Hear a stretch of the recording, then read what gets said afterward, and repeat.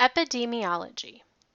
There are multiple definitions of epidemiology. The first states, epidemiology is a field of medical science which is concerned with the relationship of various factors and conditions which determines the frequencies and distributions of an infectious process, a disease, or a physiological state in a human community. A second definition states, epidemiology is the study of the distribution and determinants of health-related states or events in specified populations and the application of this study to control health problems. A third common definition states, epidemiology is a strategy for the study of factors relating to the etiology, prevention, and control of disease, to promote health, and to efficiently allocate efforts and resources for health promotion, maintenance, and medical care in human populations. The word epidemiology can be broken down to its root words. Epi means upon, demos means people, and logos means study. Therefore, epidemiology literally means the study of people. Epidemiology is a philosophy, a strategy, a methodology, and a way of studying health problems. Researchers use epidemiology to help explore phenomena and to make the world a safer place. It is also used to examine if there are common events which will likely result in injury or illness conditions. It is important to remember that epidemiology is a way of examining things. It is not a body of knowledge. Disease and injury characteristics can be examined by looking at three factors: the agent, the host, and the environment.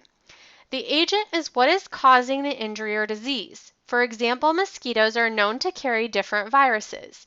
The host, where the injury or disease occurs, many times this is humans, but it may be more specific, such as in tissues, blood, or other areas. And the environment is where specific conditions are likely to occur.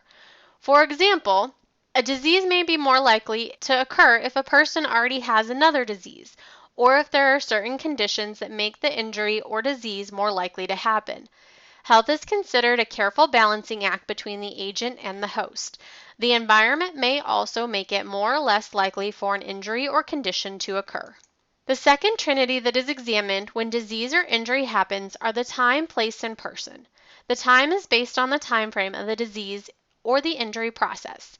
Place, is there a location that makes the incident more likely to happen? And person, are there personal factors that make it more likely to happen? Epidemiologists describe disease states in terms of time, place, and person.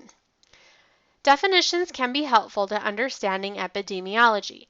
Incidents are the number of new cases which occur in a given population within a specified time period divided by the population at risk within that time period. Prevalence is the number of cases existing in a given population at a single point in time divided by the population at that time. In this picture, we can see a visual example of high incidence and high prevalence within a specific population. The cluster of X's in the left-hand corner indicate new cases that have occurred within a given population, or the box. In this picture, we can see a visual example of the same amount of incidence, but lower prevalence within a specific population. With the cluster of X's shown all over the box, it indicates that the incidents are not occurring in a specific group or at a specific time period. However, the number of incidents are the same as the picture before. In this picture, we can see a visual example of a higher incidence of disease or condition as compared with the first grouping or second grouping. This also has a pretty high prevalence within a specific population. The cluster of X's are fairly predominant in the upper left-hand corner. Yet we still see a few incidents scattered in other areas where the environment, condition, person, or host might present a potential incident. We could also look at this from more of a prevalence model, focusing on the time component and the number of cases which occur in a single point in time, such as the number of incidents which occur on specific dates on a calendar. We can see on this calendar that there are specific time frames in which there seem to be increased incidents.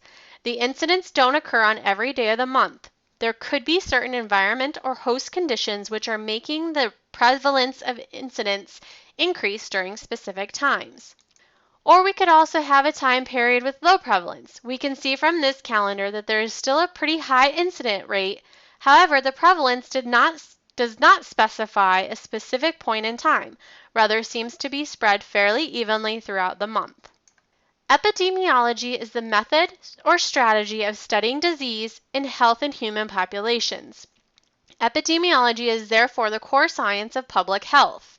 Epidemiology is used for different purposes. One is community diagnosis. This can help with healthcare workers, help them figure out which major healthcare concerns are most predominant in communities. For example, in the southern states, obesity and diabetes is highly prevalent, so examining if these two conditions happen within specific subsets of people can help healthcare workers to target cures or prevention protocols.